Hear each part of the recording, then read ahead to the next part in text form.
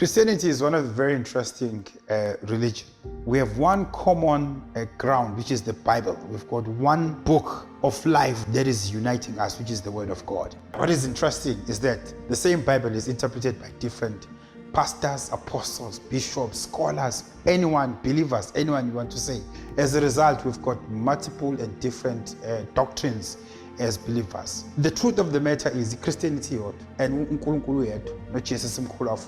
So we started the Power Hour, not because we wanted to create a division, but we wanted to encourage engagement for people to sit in the one platform and discuss. I think this is how we should worship God, and I think this is how we should be living as Christians. Is to show the world, in as much as we've got multiple doctrines or different doctrines, that is why sometimes we turn stones and it's a bit uncomfortable. At the end of the day, you see us having tea together because what is grounding us is Christ. So I want you to understand as you watch the show, the purpose of the show is to encourage dialogue, create a good spirit amongst believers, and make sure these doctrines that we are following are not divided. There's only one ground, which is the Word of God and I want to tell you we will keep on turning the stones, but we know the center is Christ. As we always say, if Christ is not in the center, Power Hour is not there. Sit back, relax, as we turn more stones. This is Power Hour. I am Pastor ZWELI DLAMINI.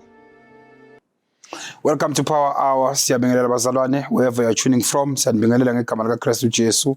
Lethathe ebusuku namhlanje. It's a wonderful day. Siyambonga uNkulunkulu osipha ithuba once again basiphinde sihlangane. Sibongile kakhulu uma guest ethu i-guest yethu esasinayo last week umfowethu Israel Mkhize la kade sibuka khona udaba lokuthi ngabe do we still have church kwesikhuluma ngakwezulu lenkosi noma lokho esikholwa isonto noma i-church, the body of Christ, does it still exist?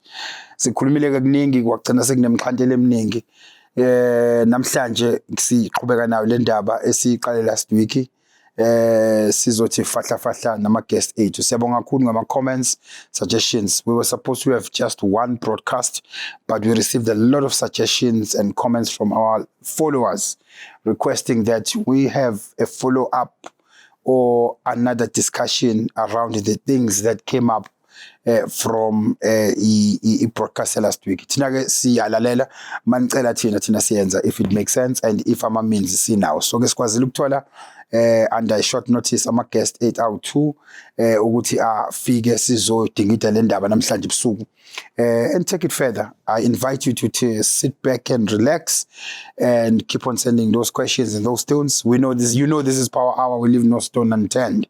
I want to remind you this show is for Christians, made by Christians. So if it's made for Christians as well. So if you are watching this, was to Christ with sekelo sethu uma uyibuka masishizi ngamsani nawe wazi ukuthi thina siyibuka because abantwana kaNkulunkulu. So I'm putting a disclaimer khona uzokwazi bese kuthi okugcina wazi futhi ukuthi ama views expressed kwi show lama views awahlangene ne denomination engikhonza kuyona isiteshi Power Hour, isiteshi siba 760 kanye ne program iPower Hour. These are individual views. Nawe unelungelo lokujikela wakho ama views lapha kuma comments nokusend email kuma details ethu lawa avelile ku screen. So ke sit back and relax as we turn more stones. Asibingelele ke abafowethu esinabo namhlanje. Bafowethu ngiyabingelela umpostoli uPhakathi. Yes. Siyabingelela umpostoli uyaphila mfowethu. Siyaphila mfowethu njani? Siyabonga. Siyabonga.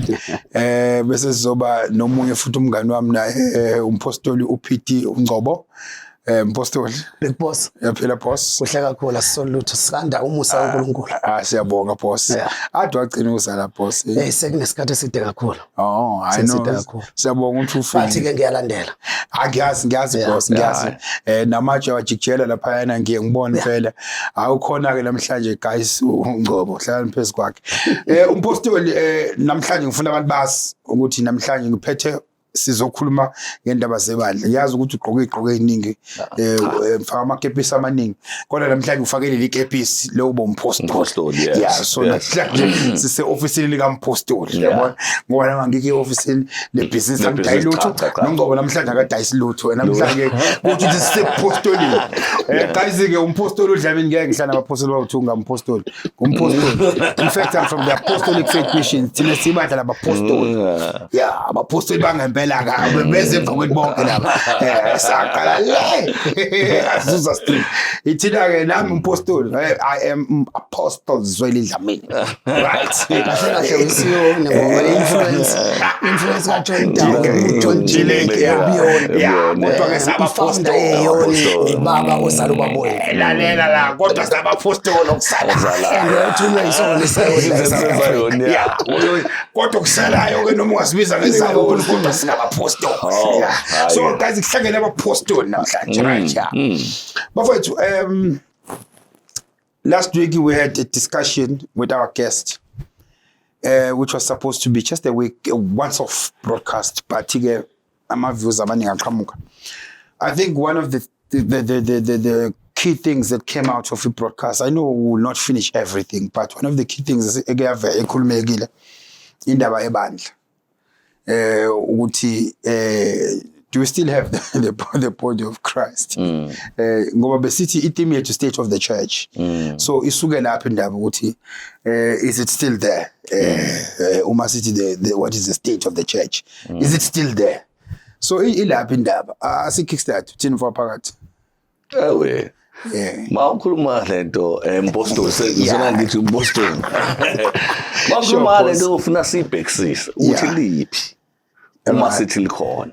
Oh right. Yeah, ngoba asazi noma li kuma Pentecostals. Yeah. Asazi noma li kuma charismatics. Yeah. Asazi noma li kuma mainline churches. Yeah. Asazi noma likuthina ama African indigenous churches. Yeah. Masithi likhona ke liphi. Yilokho nje engingase ngikusho ukuthi mina ngokwami ake asingakhuluma sithi amasonto akhona yini. Kodwa mase ukhuluma ngebandla lika Kristu. Now we are shooting it's a body of Christ. Yeah. We are too divided to be a body. We are too divided to be a body of Christ. So uyafuna ukuyesibhekisisa ke mhlambe nangu umpostoli naye ukhona uzokasho ukuthi lingakuphi la lingakhona. Kodwa from where you stand. Kodwa from where I stand alikho ngoba you can't say it's a body of Christ when people are divided. Yeah. Mhlambe singakhuluma kakhulu ukuze sikwazi ukuqualify into. Uyazi mawufunda laphana uthiwa abantwana baIsrael bebeyongena eGibhithe lapha. Beyongena eCanaan. Yeah. Uthiwa ke wasekuthunywa inhloli ukuthi aziyobheka. Yeah. Mabuya lezi inhloli ziyafika lapha zithi lezi inhloli laphana sibone ikhonda esimangaliso. Yeah. Then lesithi uJoshua noCaleb bona bakhuluma into ehlukile. Yeah. Kunalabo wathi now what we saw was bread. Yeah. Abesethi ke let us go at once. Ngifuna sihlale kuleyo ndawana. Yeah. Yeah. Uma sithi khona nje i-body of Christ. Yeah. We supposed to be going at once. Yeah, sikhulume ngazwilinye sibone ngendlela eyi1 siye phambili. Kodwa manje ngendlela esihlukene ngayo asikwazi ukuzibiza ngomzimba. This is power hour. No, sibonge boss, sibonge mpostoli. Ngakolwami uhlangothi ngizothi uma ngingase ngithi ibandla likho. Yeah. Ngizobe number 1 ngiphikisa istatement esaphuma emlonyeni kaJesu. Yeah. Esithi phezukwaleli dwala ngizolakha ibandla lami namasange hayidesa wayekulahlula. Yeah. Kusho ukuthi uma ngingase mina ngithi alikho. Ngabe ngithi uJesu wayeqamba amanga mayethi 1 uzolakha 2 uma ethi amasange hayidesa wayekulahlula. Isizathu ukuthi ngisho kanjalo ukuthi there's a difference between the local church and the corporate body of Christ. Okay. Now uJesu ngesikhathi wayekhuluma ngebandla corporately ngomzimba uwonke. engakhulumi ngama local churches ngoba ama local churches ayenzelwe ukuthi ukwazi ukukhonza in your own area, ukwazi ukukhonza in your own city, kodwa ube ingxenye yomzimba khona ukukhonza in your own area or in your own city. Right. That is why ngithi kulukhulu ukuthi ngiliphike ibandla ngithi alisekho ngoba ngobe ngiphika wonke umsebenzi uJesu athe uzowenza ukuthi ngizolakha na ibandla phezulu kwedwala ukuthi phezulu kwakhe namasanga ayidesa wayelahlula. Futhi into eyenza ngikhulume kanjalo ukuthi uma sizothatha ukuthunjwa kwebandla under the state ngesikhathi sika 313 AD sika Constantine bese sithi ngenxa yokuthi lithema lithunjwa la selibuya ngama revelations ayicepha from the reformers kuqhubeka kuze njengoba debala umpostoli kuze kufike kuma charismatics nama the apostolic reformations and all that. Uma ngizothatha ngalokho bese ngithi ibandla likho nalapho futhi angikhulumi into eyiyona ngoba ibandla lika Kristu Jesu yena olaziya la identifywa ngokwama local churches, la identifywa ngokwama ministries, li identifywa ngalabo abenza intando kaNkulunkulu. Mhlambe uma ngabe ngithi ake siyirephrase le. Yeah. Mhlambe asithi ke uma likhona sikulona yini. Uma obana bakulona. Right. Yeah. Uma sithi ke likhona ibandla kaNkulunkulu uthatha le ade ukuthi upon this rock shall I build my house. Yeah. My church. Yeah. Nakhona ukhuluma there's a very controversial thing. Esingangena kuyona kuze kushona ilanga. Yeah. Because the rock that he was talking about was the revelation. Eyayiphuma kulo athi uyabona upon this revelation umthetho wena Peter I shall build my church. Yeah, so uthwena bayithi uPeter. Wakhuluma ngoPeter. Manje wena you say but that is a conversation between two people. Afuna silifunde iBhayibheli sifunde ukuthi silicabanga ukuthi umuntu wayikhuluma ukuthi. Ngoba uthi lapha what flesh and blood has not revealed this to you. Yeah. It says, but my Father. Yeah. And I also say, you are the rock. Yeah. Thou art Peter. And I also say, you are Peter. Yeah. And now, the little Peter. Yeah. It is a rock that is founded in a rock. Lila Pezul. Peter is the tip of the rock. Yeah. So manje, uma sithi ke. Yeah. Ngiyasho. Yeah. Uma sithi ke likhona. Yeah. Sikulona yini. Yeah. You are raising a good argument. Yeah, it's ngizobuyela njengoba ukhuluma nje ngifuna ukubuyela la ukhuluma khona. Yeah. Ngiyazi ukuthi ama Roman as an emperor eyabuye yaba ireligion ekugcineni. Ngiyazi ukuthi nabo banaleyo perspective ethi and understanding ethi ibandla lakhelwe phezu kwaPetro. And ngiyaphika mina ngithi lakhelwanga phezu kwaPetro. Number 2, njengoba dusho ukuthi ibandla lakhelwe phezu kwerevelation. Now ithini revelation? Ithi you are the Christ, the Son of the living God. Yeah. Now kushuthi lakhelwe kuChrist. Uma sithi lakhelwe kwi-revelation confesswe uPeter. Kushuthi sisavuma into efanayo ukuthi lakhelwe phezu kukaKristu ngoba into ayivumile ukuthi you are the Christ, the Son of the living God. Now sibuyeke futhi ngichaze lento ukuthi igama elithi wena siyamazi ukuthi igama lakhe uSimon ozalwa uJona. But uJesu Simon the Reed. Yeah. Now uma uJesu ethi you are I also say you are Peter. Leli gama elithi Peter igama lesGreek elithi Petros. Now igama elithi rock with Greek alithi Petros, lithi Petra. A Petra is a huge rock, but a Petros is a stone that is cut out from the rock. So it's the product. That's why I said it's a tip. The product of the rock. So ibandla alakhelwa phezu kwalelotshe, ibandla lakhelwa phezu kwedwala, and that is Christ. So that's my argument ukuthi uma ngingathi ibandla likho ngizobe ngiphikisa into ngokwami ongafanele ngiyiphikise ibandla likhona khona enye into ayishilo uba uphakathi umpostoli wami uthe uma singathi ibandla likhona liphi ngaba yithina ngabe ama Pentecostals ngaba ama Charismatics ngabe i-Apostolic Reformation kungaba abapostoli kungaba the indigenous churches liphi lingoba ibandla ngeke ulikhombe ngabehle enyama noma ngomunwe wenyama because ma uJesu ekhuluma ngalo njengoba sisho incwadi ka2 Timothy chapter 2 ithi isekelo sikaNkulunkulu sima isiqinile kulolu Paul lokuthi inkosi yabazi abangabayo kuze kube manje ibandla laziwa uKristu ukuthi who belongs to the church amongst everyone okhona emhlabeni wonke abakhonzayo alaziwa umfundisi alaziwa abazalwane okwethu thina ukuthi sishumayeze abantu iqiniso bese abantu bephila iqiniso abanye bazohluleka ukuliphila iqiniso hlale kwenzeka abanye bayoliphila but nathi asikwazi ukufungela umuntu othile ukuthi lo uye ezulwini mangasi uyizona kalingeni lo hayi sonke asingena asikwazi ukwenza kanjalo uJesu waziyo ukuthi obana babelonke ebandleni la mhlawumbe ke uyangijabulisa uma ekhuluma kanje nompostoli ngoba ukhuluma into engiyizwayo nokho yokuthi asikafiki la siyakhona so ukwazi ukungitshela ukuthi wena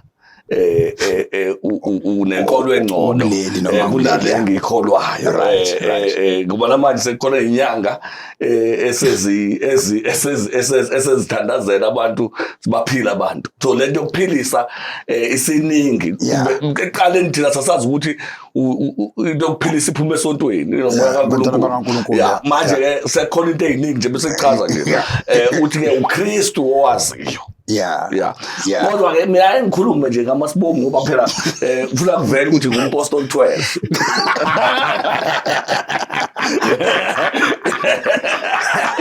this is apostle 12 ngoba ngumpostoli 12 ufuna ngikhuluma yabo i-confusion ekhona emile it is between Jesus and Christ. Mina njengompostoli 12 ngithi Jesus was the Lord. One, by virtue of being born in the house of David. Two, by virtue of receiving Christ.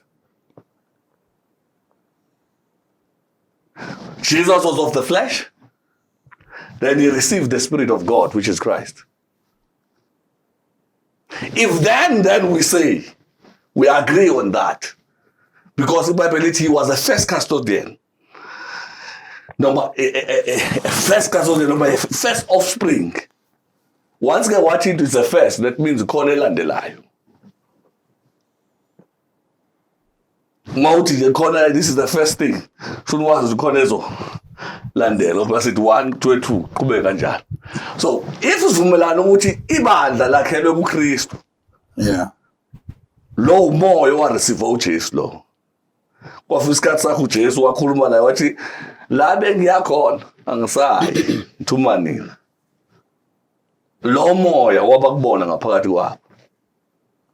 Mhlambe ngifuna sivumelane ukuthi uma sithi uKristu azama ukutracer ukuthi uphi lo moya. Well, I don't want to go there. Ngifuna see let me take this route. First Corinthians chapter number 3. Ukhuluma umpostoli wabezizwe umpostoli uPaul uthi kusukela lapha ko verse 9-10 uthi njengenyanga ehlakaniphileyo ngabeka isisekelo.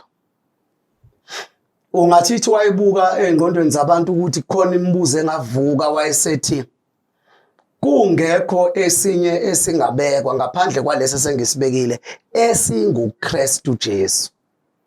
Now ibandla lakhelwe njoba ngishilo kusukela ku Matthew chapter number 16 lakhelwe phezulu kukaKristu. Now uPaul uconfirma lokho uthi isekele ngisibekile uKristu Jesu asikho esinye esingabekwa. Now, Christ is the foundation. The church is built upon him. He is the foundation of the church. It is confirmed by scripture.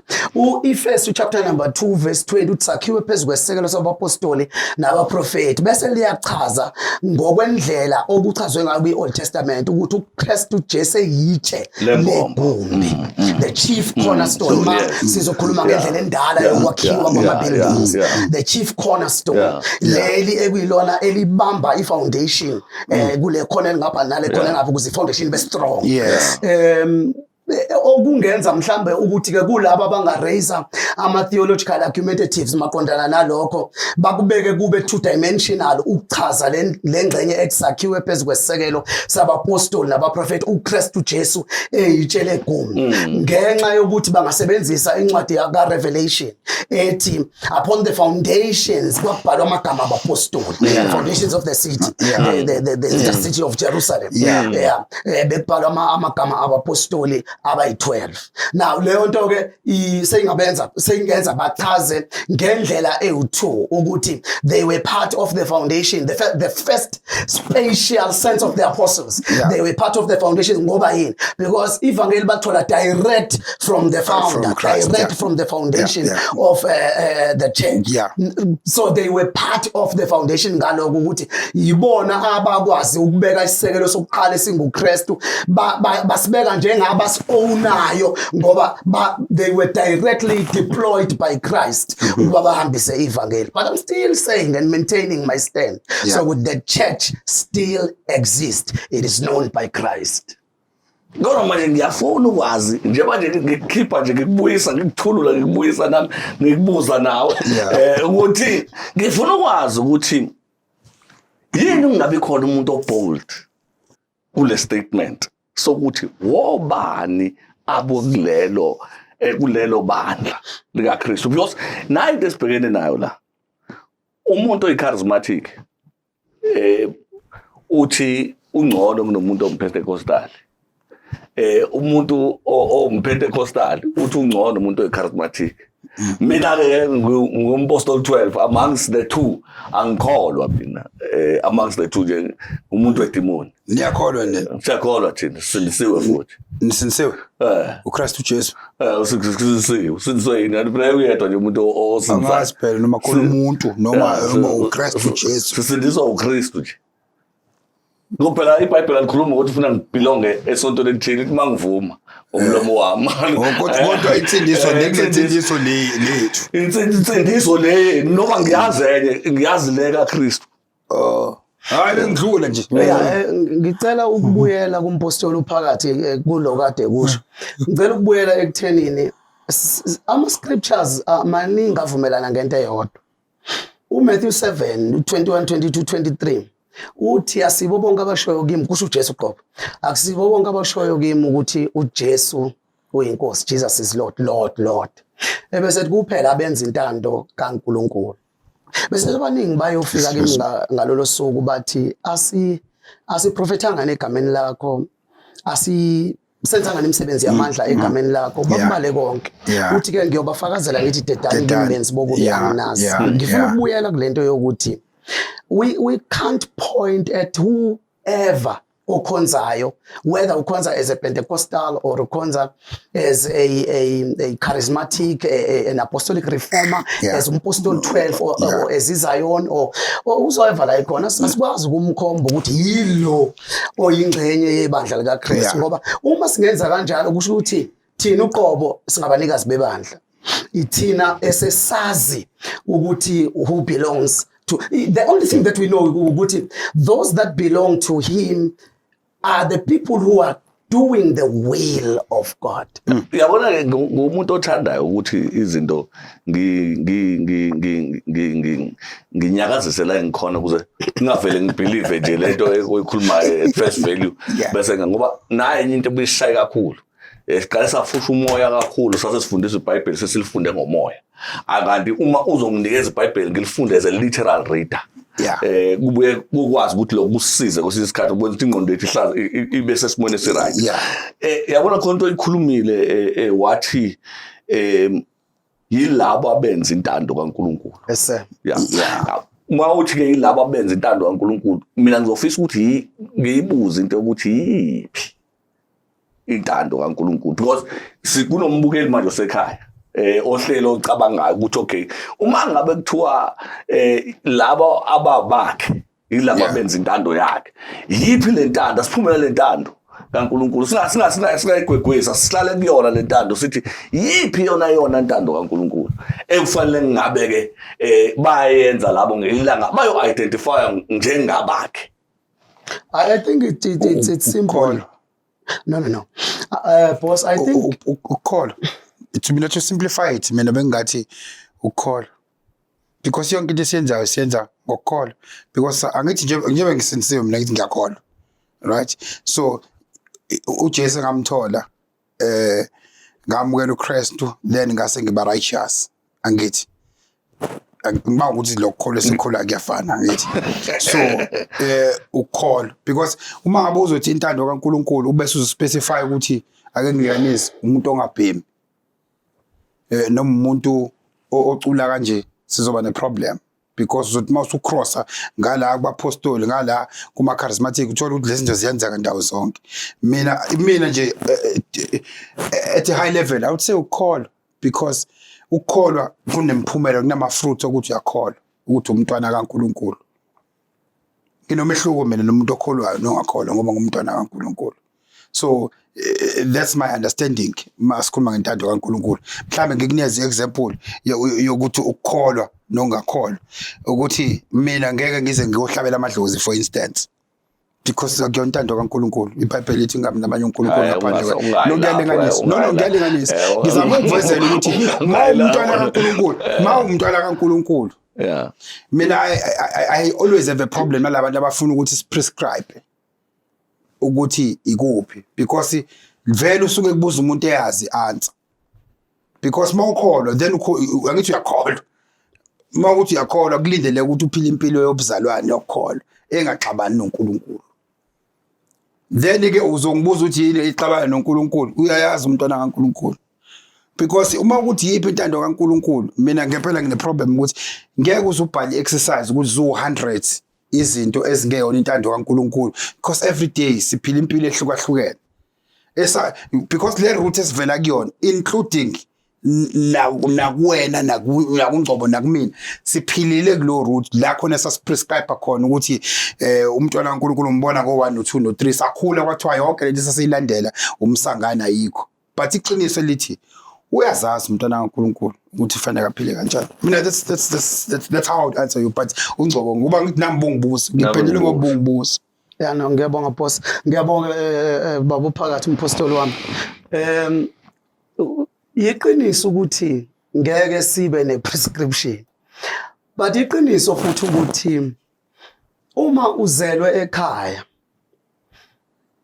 bese ubaba wakho akutshela ukuthi yini ayifunayo nangayifuni la ekhaya enganeni zakhe ngesikhathi wena wenza njengomyalo kayihlo wenza intando kayihlo well asibuyeke siyibuyisele siqoqele la uthi uboss ifaith call yeah but it can raise another argument yeah because we're going there yokuthi nabo wonke nje ama spheres all religions even kuma traditional healers kusebenza ifaith akekho umuntu odla umuthi wenyanga engakholelwa kufuneka ukholelwe eqala so mhlambe eyakho iargument beyingathi faith towards God inkosi uKristu Jesu that is why ngithethe khona njengabantu bakaNkulunkulu yes wena sibuyele la uPaul ma ezama ukusummarize intando kaNkulunkulu uthi uNkulunkulu uthanda abantu bonke basindiswe bese beyafinyelela ekulazini iqiniso kusho ukuthi ukusindiswa kuyisigaba sokuqala esikuvulela umnyango ukuthi wazi iqiniso elithile eliphuma kuNkulunkulu whether ngempilo yakho whether ngempilo afuna iphilwe ngabantu emhlabeni there is a revealed will njengoba dusho ukuthi kukhona izinto ayishilo uNkulunkulu ukuthi akakuthanda ukuthi but iqiniso lithi number 1 intando yokuqala kaNkulunkulu ukuthi uthanda abantu bonke basindiswe okulandela ukusindiswa ukuthi bafinyelele ekulazini lonke iqiniso. Awucabanga uJesu le kade ngisho iku 1 Timothy chapter number 2 verse number 4, but le ngizoyisho manje iku chapter 17 ka John verse number 3. uJesu ukhomba ukuphila okuphakathi, kodwa ukukhomba kwi divine knowledge uthi ukuphila okuphakade yilokhu ukuthi bazi wena wedwa uNkulunkulu oqinisileyo ebese ethi nomthumileyo uJesu Kristu. Kusho ukuthi intando kaNkulunkulu ifihlwe kulwazi olubhalwe kuma scriptures. Ifihlwe kulwazi olubhalwe kuma scriptures. Kusho ukuthi if umntwana kaNkulunkulu kufanele ube umhlobo nama scriptures ukuze uyithole intando kaNkulunkulu. Ukuthi intando kaNkulunkulu kusimple kusho ukuthi uthandani, ufunani, ufuna kwenzekeni, ufuna abantu baphile kanjani. That is simple magia ngokwentando kaNkulunkulu. But we can't make a prescription sithi utshwala mawungaphuzi then usentandweni kaNkulunkulu, uma ungajoli then usentandweni kaNkulunkulu, ngoba sizobe sithatha ingcenye ethile siyobala sifikephi. Exactly.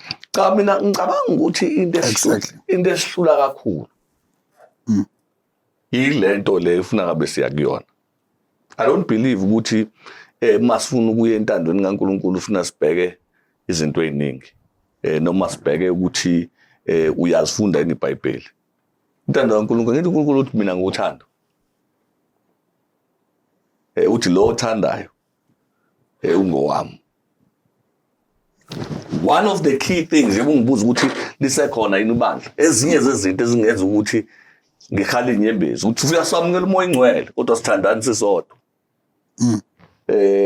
Ngoba kwawona lo moya ingcwele the Holy Spirit is a spirit of fellowship. Funa ngabe siyathandana uma ngabe nje ulo moya funa ngimzwele umpostoli uPD ngizwe lapha ngoba into eyodwa sinomoya ofanayo kodwa asithandani sisodwa. Sisamukele lo moya ingcwele sisesontweni elilodwa sidivide even ama school of thoughts as-divide sophuma ngalo. So ngeke uzungitshele ukuthi intando kaNkulunkulu vele uthi nje ukholwa ukhona indoda ekholwayo ehlayele endlini njengafuna umuntu ongena eminyango kwayo, and you would say uNkulunkulu is happy about that. Ayisizi umuntu yakholwa uhlala endlini ayisizi umuntu ayenzi lutho ayinanhlungu yezinto ezenzeka ngaphandle ibheke nje ukuthi ibheke ukuthi yakholwa.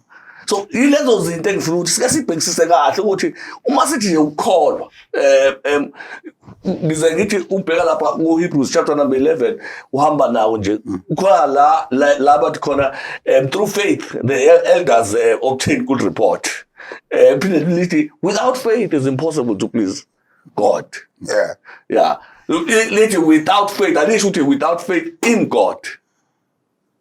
No, but later uthi kade uyikhuluma uthi sayibhekazi alithi without faith in God. Lithi without faith it is impossible to please God.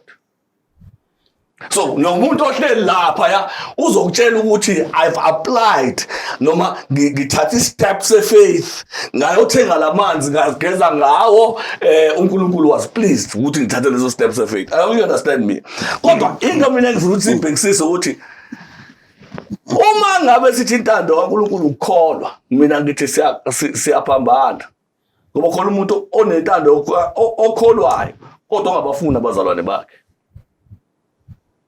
Ofuna ukuthanda nje literal ukuthi ngimthande umpostoli uPD, that's basic. Ndabe ukusearch ama scriptures ngangawazi ama scriptures kodwa manje nginothando ngoba lento ethi uNkulunkulu na uyiyona uma nginayo it's enough. Angibonga ngicela ukungenelela kuloko umpostoli akushoyo. But bengifisa ukuthi ngilungise le statement esithi in the book of Hebrews 11 makuthiwa without faith it is impossible, verse 6, without faith it is impossible to please God.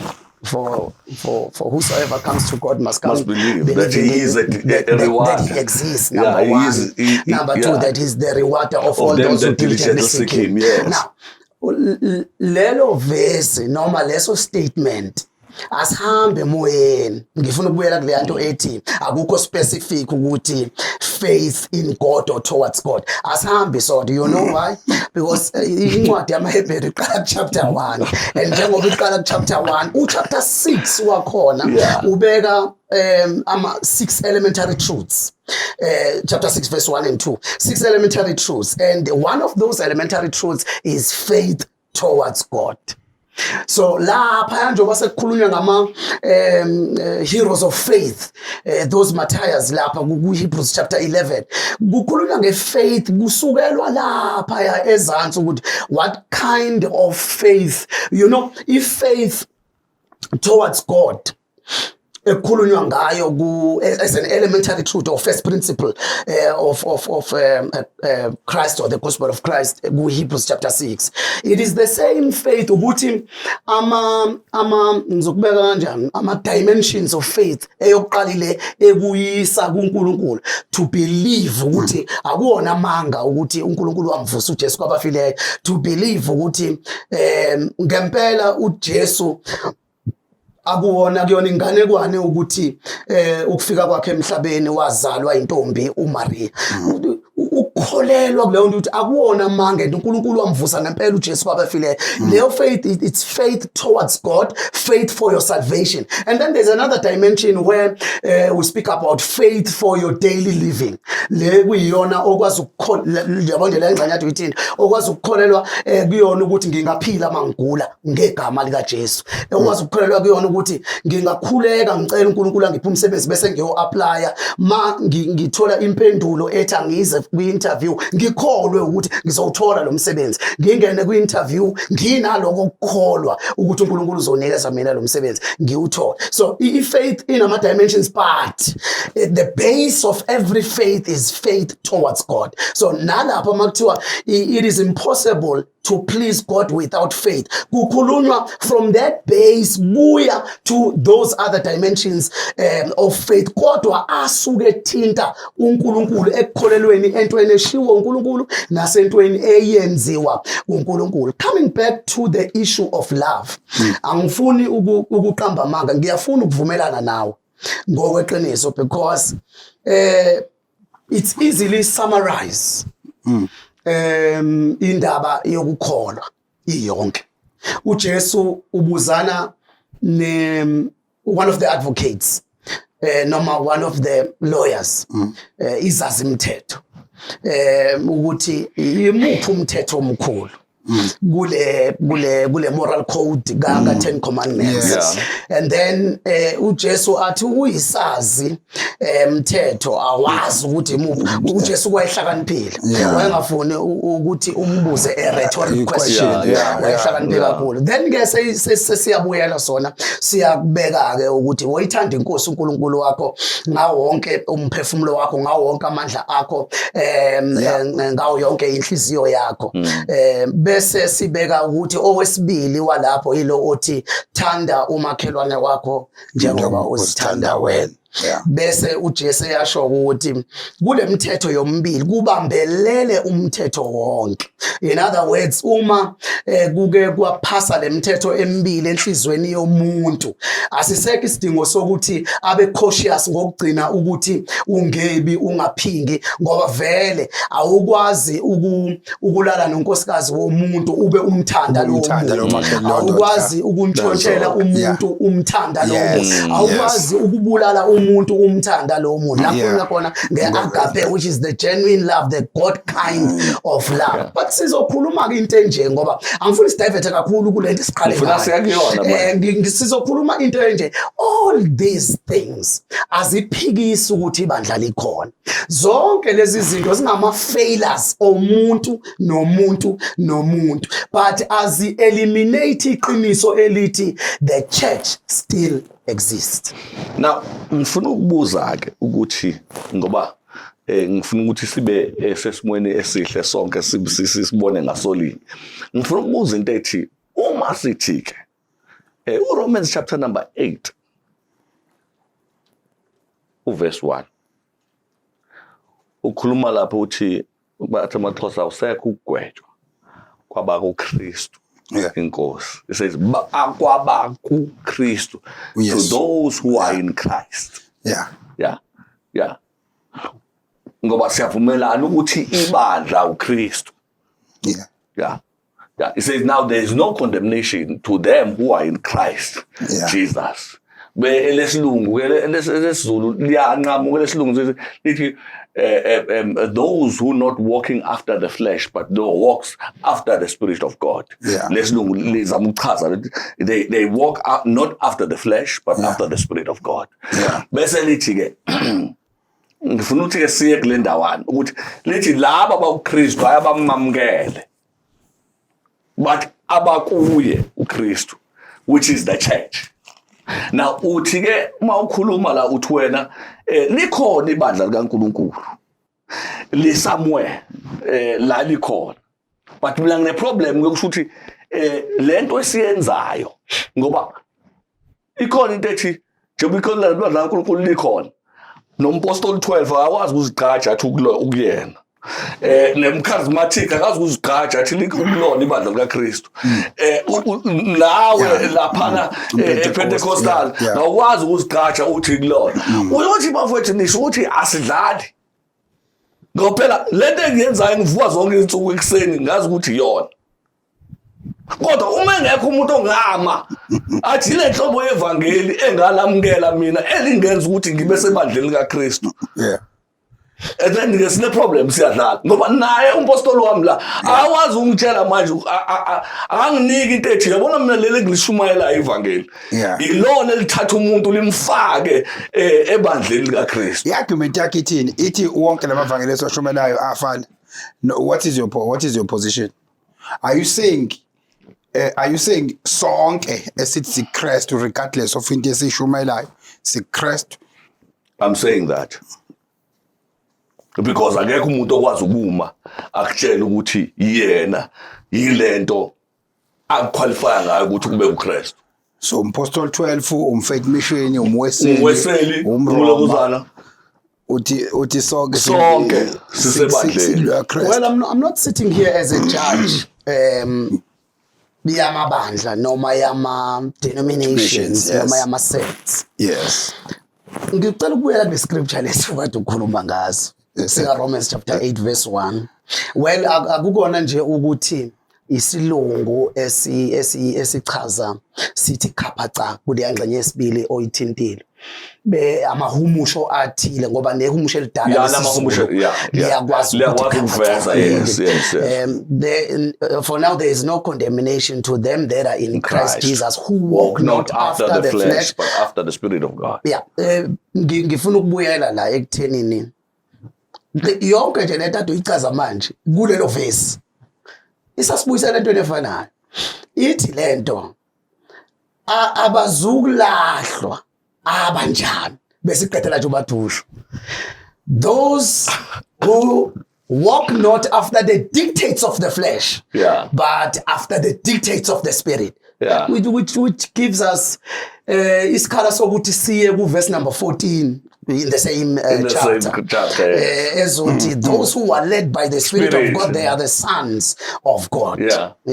Now kusasibuyisela into efanayo ethi those who are doing the will of God. And asikwazi ngiyaphinda asikwazi ukukhomba ukuthi lapha ya Faith Mission yibona akabenza intando kaNkulunkulu, lapha ya City Church International yibona akabenza intando kaNkulunkulu. God is the supreme judge. He knows, even Christ himself as the founder of the church, he knows exactly ukuthi bapha abantu abenza intando kaNkulunkulu within those churches akhona around the world. But the church still exists. Are you somehow suggesting ukuthi ngenze ngokwakho ukubona sisemzimbeni wodwa kaKristu nabantu abahamba inyanga? It's a direct question le ngisho. Ngikwenzela nje example ukuthi uthi sisemzimbeni kaKristu wodwa nabantu abahamba inyanga. phela manje sizoba nenkinga yikho ngithiya singayi lapho ngoba sizoba nenkinga siqale enye topic yokuthi umuntu ohamba inyanga yena akekho lapho sokhuluma enye into lapho umuntu maye wena nje uvuma nje uphuma uhambe kadokotela nje ubuye kadokotela nje usho ukuthi wena ukuya kwakho kadokotela sekwenza ukuthi ungabikho emzimbeni kaKristu kuya ngokuthi enyangeni ufunani kodwa nje thina into emkhulu asazi ukuthi izinyanga sincindisa izingane ziphi izingane umuthi wokuzala wokuchatha ziyachathwa izingane kwenziwa zonke abantu bayagula bakhothiswa ihlungu abaphila abantu sikhuluma abamkhulu bephila kanjalo so uma ngabe uthi ngoba lo muntu usuke waphuma waya lapha usumbeka ukuthi akekho emzimbeni kaKristu then that's a problem. Siqale into ke manje siqale enye topic siqale ukuthi ngifuna umuntu okhona obukayo ofuna understand lento yakhe ake sibe specific ngikhuluma mina ngomuntu mhlambe obona ngomoya wabantu abangasekho hayi ngomoya kaNkulunkulu vele kube specific nje ngoba uchaza kahle ukuthi vele umuntu ophatha amakhambi ofana nodokotela ongazange ezanikezwe okutshela ukuhlanganisa lokhu nalokhu uphuze bese uyaphuza no angisho umuntu onjalo ngikhuluma ngomuntu asivumela ngento eyodwa ngoba nayo lento siqale ngoba sekukhulunywa kanjalo asivumela ngento eyodwa umuntu obhulayo asikalele ekutheni udalo ubani lo muntu obhulayo akadula uNkulunkulu lo muntu uyawutshela yena so yonke lento kuphela lo umoya wemveli lo uvele nawo lo moya uyena lokubhula ngoba usegazini ngofuna ukudila ke nento yokubhula isegazini kulo muntu uzalwa nayo leyo kholwa into engiyithole nawe nje uyithole kwijeni nami ngiyithole ngihambe endleleni kodwa leyo yokubhula ukhuluma ngento umoya wemveli lo so uthi kuwena lo muntu noma ngakholwa ngeke akuphazamiseke kubhula kwakhe impostoli is that your position ayibe ngibuza wena umehluko phakathi komuntu oprofetayo nomuntu obhulayo sikhuluma izindezibili ngoba umoya lo osukwehlela abantu ukuthi phela asazi ukuthi uphi wehluko phakathi komuntu oprofetayo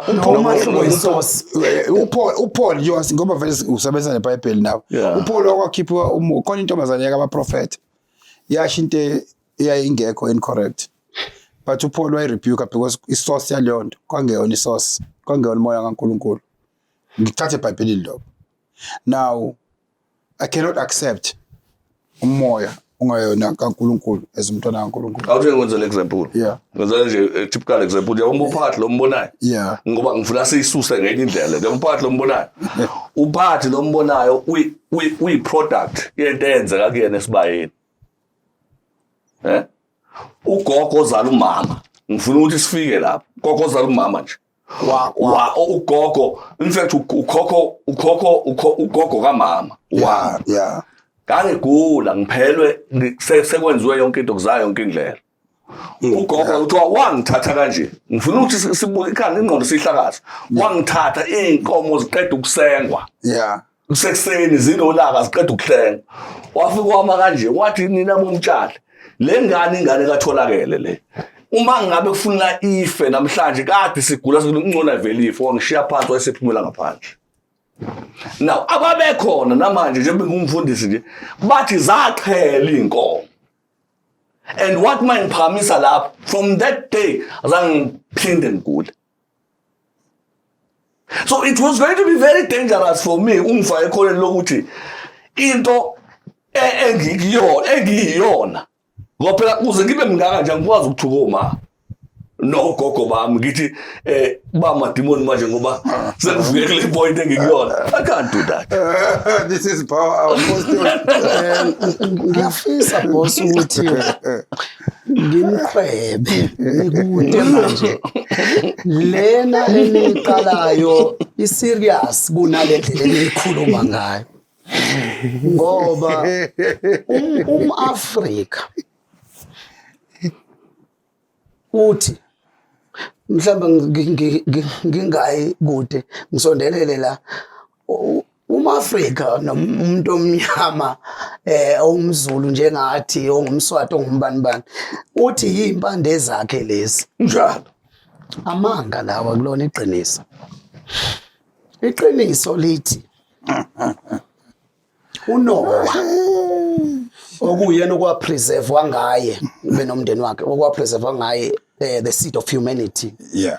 Uzale abafana abathathu.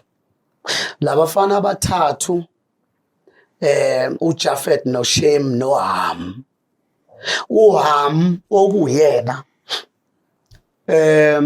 esingambiza njengenzala ma-Afrika ozale uPhuthi wazala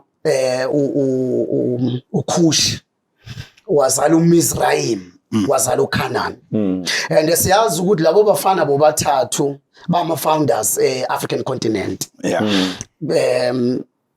Those people, those guys, ubu-Afrika noma umuntu omnyama uvela kuHam, uvela kuKhushi, uvela kuPhuthi, uvela kuMizraim. Siyazi ukuthi uPhuthi ila kuvela khona abo Egypt, abo Mizraim ila kuvela khona o South Sudan kanjalo kanjalo.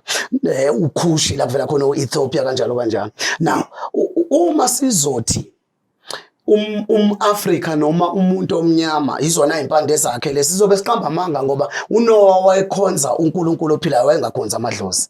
Labafana bakhe abathathu wayebakhulise ngoNkulunkulu ophilayo hayi ngamadlozi. Lo mfana okuthiwa uKhushi owumfana wesibili kubafana bakhe okuyena owazala indle emnyama yonke. Umfana wakhuliswa ngoJehova, umfana wakhuliswa ngalo uNkulunkulu wadala amazulu nomhlaba. So akufuni siqale le topic ngoba siyikha phezulu. Yeah. So ngifisa futhi sikunake lokho. Impilo yonke yabantu igavunishwa izwe lokomoya. Whether the Holy Spirit or the fallen angels, evil spirits or demons, whatsoever abangabiza ngayo abantu.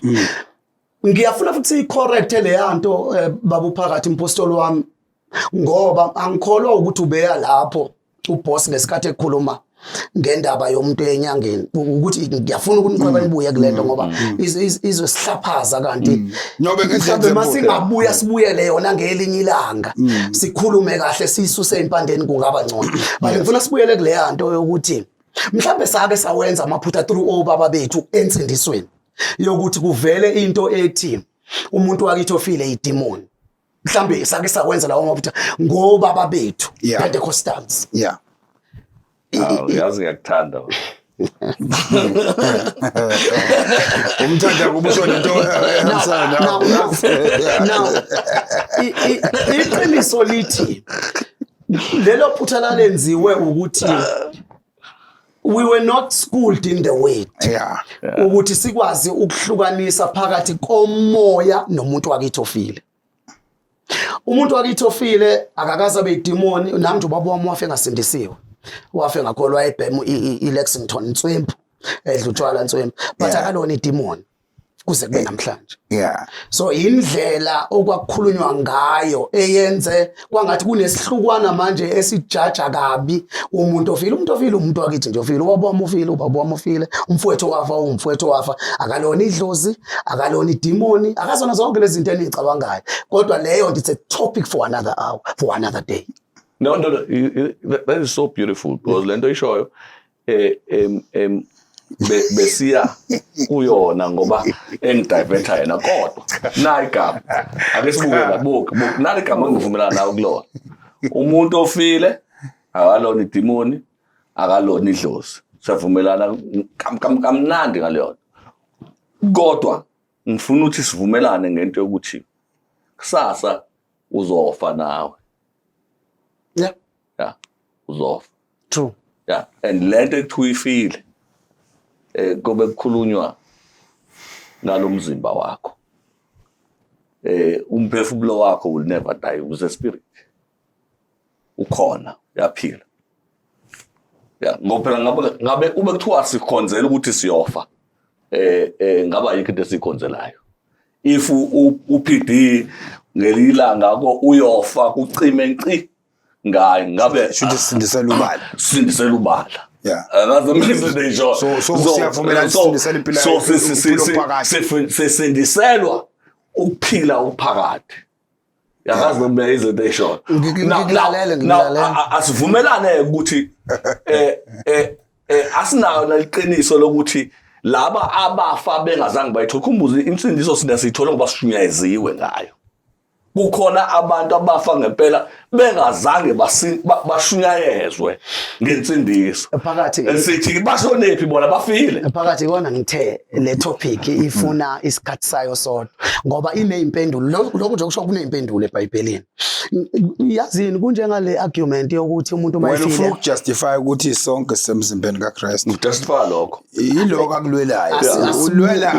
Ulwela lokho nje ukuthi sonke awazi usifaka sonke phakathi. Asibuye sisilungise leso statement esithi wonke umuntu ukuKristu. Asisilungise leso statement ngoba iBhayibheli lisitshela ngokusobala ukuthi uma umuntu ekuKristu isidalwa esisha okudala kudlule kwavela okusha bese lithi ongasazange isono wenziwa isono ukuze mina nawe sibe ukulunga kukaNkulunkulu. Yes. Ngaye uKristu Jesu. Yes. Isobala eBhayibhelini into ethi munye umlamleli phakathi kwabantu noNkulunkulu. 1 Timothy chapter number 2 from verse number 5. Munye umlamleli phakathi kwabantu noNkulunkulu umuntu uKristu Jesu owazinikela waba inhlawulo yabo bonke. Now into ithi ke awukwazi ukuthatha umuntu. Ngizokulinganisela khona insizwa abathi uGumede isejele manje inyanga. Beyivama ukuma lapha emadolobheni ahlukahlukene nala edolobheni lakithi beyivama. Ayu sure? Ugumede. Na ngifuna asibuyele ngiyaxolisa ukwenza ngomuntu osonta naye bengingasonta naye. Ngiyaxolisa ukwenza isibonelo ngaye but ke angisale sengisenza ngoba sengise ngakhuluma. Bengifuna ukuya la ekuthenini awukwazi ukuthatha umuntu okhuluma kabi ngoKristu omphikayo uKristu ombiza ngedlozi labelungu ombiza ngomlungu othi amanga ukuthi uMaria wakhulelwa ngokukamoya kudlalwa ngathi walala noJosepha kwafihlwa yonke leyo nto. Umuntu uma ephika uKristu awukwazi ukumshutheka wena ngenkani uthi sonke sikuKristu. You can't. As long as umuntu engamamukeli uKristu ukuthi ufikile enyameni, as long as umuntu engayi kuNkulunkulu ngoKristu Jesu njengoba ethi 14 verse 6 John 14 verse 6 ngiyindlela neqiniso nokuphila akekho oza kubaba ngaphandle kwami. As long as lo muntu kukhona abantu abamvumayo uNkulunkulu umpostoli ukuthi ukhona bamvume ukuthi uNkulunkulu ufanelwe ukwamukela kodwa bangamvumi uJesu bathi ngeke sishiye uyise siye endodaneni. Baphambana nama scriptures clear plain. Now ngiyaphinda ke lokho mina I am against into ethi sonke sikuKristu. AbakuKristu lithi iBhayibheli encwadini kaJohn chapter 1 verse number 12 bonke abamamukelayo wabanikeza enye ama translations amanye athi amandla but ngokwami nangokulandela the original writings of that scripture kufanele lithi wabanikeza igunya noma ilungelo lokubizwa kuthiwe bangabantwana bakaNkulunkulu. Now lento ithi awukwazi ukuthatha umuntu ongamamukele uKristu ongamamukele uJesu njengenkosi nomsindisi uthi naye ukuKristu. Awukwazi futhi ukuthatha umuntu okhuluma kabi ahlambalaze into kaNkulunkulu ahlambalaze uKristu owathunywa uNkulunkulu elithi iBhayibheli uNkulunkulu walithanda izwe kangaka wazi wanikela ngendodana yakhe izelwe yodwa kuba yilona lo okholwa yiyo angabhubhi ongakholelwa kuyona uzobhubha phela ngoba selishilo iBhayibheli lathi okholwa yiyo ongeke abhubhe. Into engifuna ukuthi sibambe ngoba ngifuna ukuthi sigcine kulento ukuthi sonke uma abathi umzimba ukhona sonke sikuwona. Angikhuluma nje ngale nkonzo engikhonza kuyona 12 Apostles Church in Christ. Inkonzo yabapostoli iphakamisa uKristu. Yeah. Phakamisa uKristu. Bese uJesu ukhona naye wamkela umoya. Mayibhabhadiswa eJordan uthi wakwehlika umoya owufana nejuba ngoba it was ascending and descending. So wehlela phezu kwakhe. That spirit was Christ. Thina sikholelwa kuleyo nto.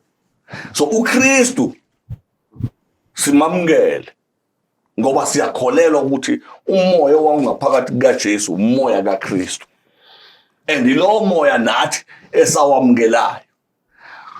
La uthi ke wena mhlambe funa ngabe thina siphakamisa uJesu thina sicha phela okuzelwe inyama kuyinyama okuzelwe umoya kumoya. Niphakamisa umoya. Siphakamisa umoya thina okuyiwona ukukholwa kwethu kuwona, which is Christ. Now this will be a future argument ngoba mina ngithandi ukuthi njengoba ngikholelwa uKristu into ngikholelwa uKristu ngime uKristu ngingamphakamisa uJesu ngikholelwa kodwa uKristu ngifuna ukubuza ukuthi ngikulona noma ngaphandle noma ufuna ngibuyisa uJesu ukuze ngingene ngaphakathi na yabo umpostoli phakathi asikhumbule ukuthi yonke lento sikhuluma inama guidelines in the scripture. iBhayibheli lithi wonke umoya ongavumi ukuthi uJesu Kristu ufikile enyameni akuyena okaKristu. Asiphinde futhi wonke umoya ongamvumi ukuthi uJesu Kristu ufikile kusho uJohane. Wonke umoya ongamvumi ukuthi uJesu Kristu ufikile enyameni nomhlawumbe ungakahambi kakhulu lapho besikhathi siyaphela kodwa ngifuna ukubuza, are you saying uJesu Kristu funa sivula uJesu Kristu futhi uJesu no Kristu into eyodwa leyo eyayisuka ezulwini iza kuthini? Funa sivumelane lapho mawuthi wena mina nginento ethi uJesu wamkela umoya kaKristu la kwaqala khona iministry yakhe yaphambili which was 3 years. No engibalekela mina umuza wami uthi ke umuntu ongavuma ukuthi uJesu Kristu weza, are we saying combined lokhu kwakusuka emazulwini?